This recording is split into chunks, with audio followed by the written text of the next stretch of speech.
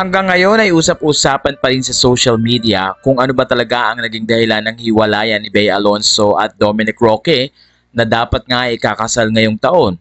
Kaya naman marami ring fans ni Bea at Dominic ang sobrang nalulungkot dahil hanggang ngayon ay tahimik pa rin si Bea at Dominic.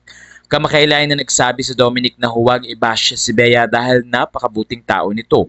At dahil dito, marami rin naman ang nambabash kay Dominic Roque.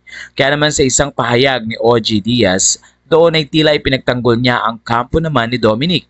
Marami kasing mga fans ang tila nawawalan ng gana at nawawalan din ng respeto kay Dominic Roque dahil sa dami ng mga negatibong pumapasok at nababalitaan ng kanyang mga followers.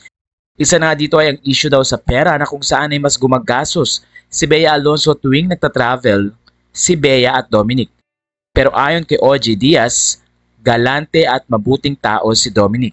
At hindi rin pwedeng questionin kung saan nanggagaling ang mga kinikita nito lalo na't may business na sarili ang nasabing dating aktor.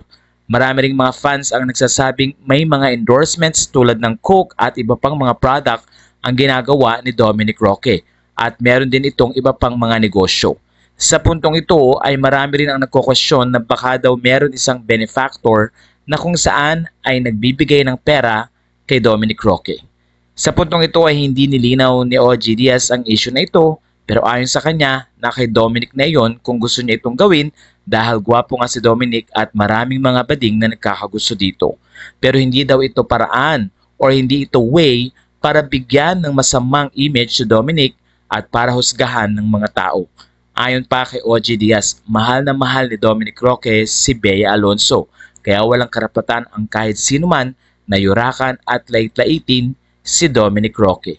Ang mahalaga daw ay hintayin ang diretsahang dahilan kung bakit naghiwalay ang dalawa at hindi na nga matutuloy ang kasal.